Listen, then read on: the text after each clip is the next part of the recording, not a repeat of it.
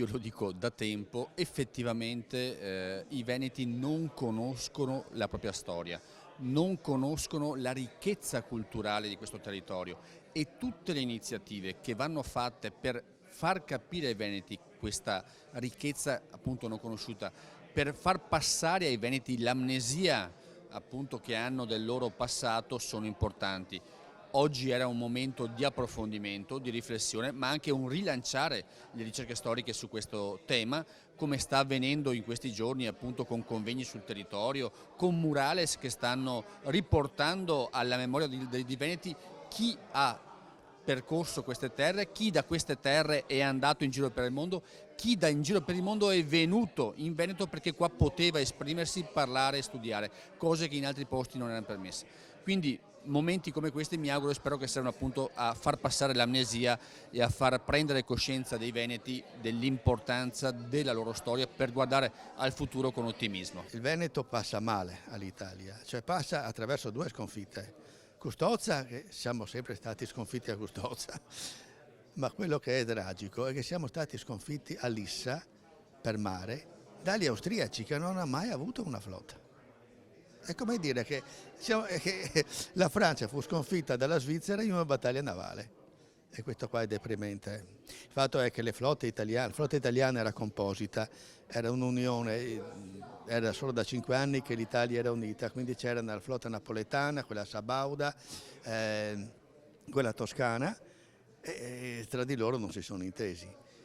Mentre la flotta austriaca era comandata dal Tegethoff, ci sono le due ancore sue fuori del museo navale, che dava gli ordini in triestino, perché la flotta austriaca in realtà era la vecchia flotta veneta e quindi la marineria era composta da ufficiali e soldati istriani, dalmati, ma tra di loro parlavano veneziano, insomma un veneziano che era mezzo triestino. Tutti i plebisciti del tempo sono un riconoscimento del fatto compiuto. La diplomazia aveva già ottenuto il risultato che il Veneto andasse all'Italia e quindi era così, era un fatto di realismo anche accettarlo da questo punto di vista. Il problema vero è che si guarda molto al corpo elettorale, non si guarda poco alla cultura veneta. La cultura veneta era interamente, cultura politica e cultura anche letteraria, era interamente schierata dalla parte del sì.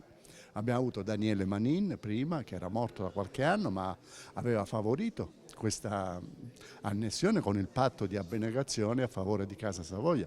Poi abbiamo avuto Ippolito Nievo che aveva partecipato addirittura alla guerra garibaldina giù nel meridione, poi è morto in un incidente sulla nave, qualcuno dice ucciso. Poi abbiamo tutta una serie di altri personaggi successivi, alcuni dei quali i veneti li hanno dimenticati, tipo Pietro Manfrin, che comincia 4 anni dopo l'annessione del Veneto a parlare di arbitrio amministrativo, che è una denuncia del modo come l'Italia viene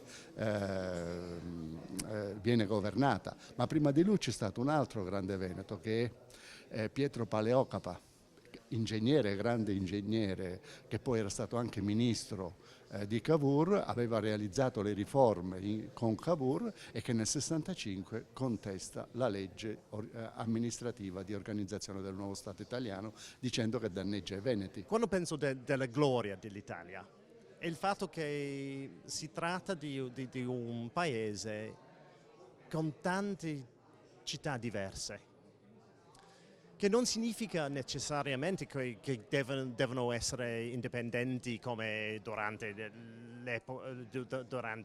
il Medioevo, però che è un tesoro che si deve cercare di difendere. Il fatto che la gente parla diverse lingue, non mi piace la parola dialetto. Napoletano è una lingua, veneziano è una lingua, non parliamo dialetti, non esiste una gerarchia tra veneziano, napoletano, fiorentino, perché fin fine italiano è solo fiorentino. Quando dobbiamo godere la diversità degli italiani, non si deve cercare di creare un italiano che parla una lingua sola, che mangia sempre la stessa cosa. Il fatto che qualcuno, un pugliese da Lecce o da Bari, può litigare sulla ricetta giusta per, non so, orecchietti con broccoletti. Secondo me questo dà una ricchezza enorme alla vita culturale italiana. E questa idea che ha sue origini, secondo me, del fatto che si cercava di imponere la dominazione della casa Savoia, di avere un sistema solo per tutti gli italiani, che ovviamente gli italiani non volevano durante l'Ottocento, o almeno pochi lo volevano, ha creato problemi che si deve ancora affrontare. E quando, dunque, mi ha colpito soprattutto durante il 2011, quando tutti festeggiavano, tutti dicevano che, almeno le autorità dicevano che si doveva festeggiare la creazione dello Stato italiano.